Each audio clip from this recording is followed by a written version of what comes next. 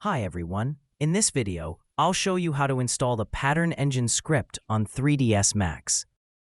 To install the script, simply drag the script file onto the viewport. A window will then appear. If you want to install, press the first option. If you want to uninstall, press the second option.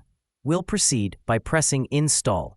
If you've previously installed the script, a message will appear asking if you want to overwrite the old version. We'll press Yes. The script should now be successfully installed.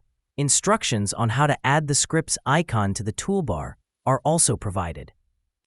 The activation window will pop up, where you'll enter your email and license key. You'll see two options, Activate or Manage License. Manage License is for when you need to deactivate the license on another computer.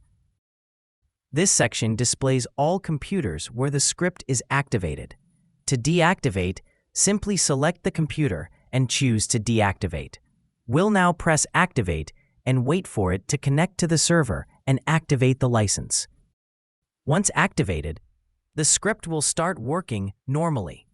We can then close this window as it's no longer needed.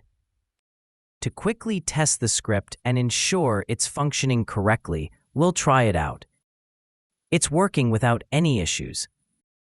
To add an icon for the script to your toolbar, go to the Customize menu, then Customize User Interface, and then Toolbars. Select Pivot Studio from the category. Then drag the script to any toolbar you prefer. Afterward, you can launch the script directly from that icon. If you need to uninstall the script for any reason, simply drag the same file onto the viewport again and press Uninstall. A confirmation message will appear. Press Yes to proceed. Thank you for watching. See you in the next video.